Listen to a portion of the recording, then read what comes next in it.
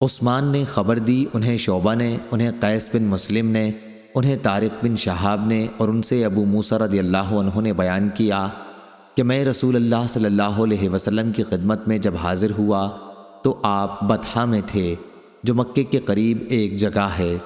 آپ نے پوچھا کیا تو نے حج کی نیت کی ہے؟ میں نے کہا کہ ہاں۔ آپ نے دریافت فرمایا کہ تو نے احرام کس چیز کا باندھا ہے؟ میں نے کہا نبی کریم صلی اللہ علیہ وسلم کے احرام کی طرح احرام باندھا ہے۔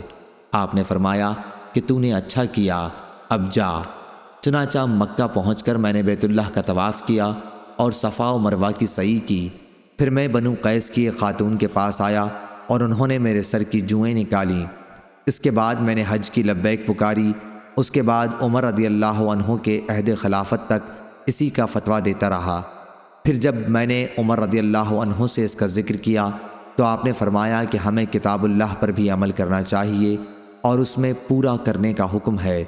پھر رسول اللہ صلی اللہ علیہ وسلم کی سنت پر بھی عمل کرنا چاہیے، اور آن حضرت صلی اللہ علیہ وسلم قربانی سے پہلے حلال نہیں ہوئے تھے۔ صحیح بخاری حدیث نمبر 1724۔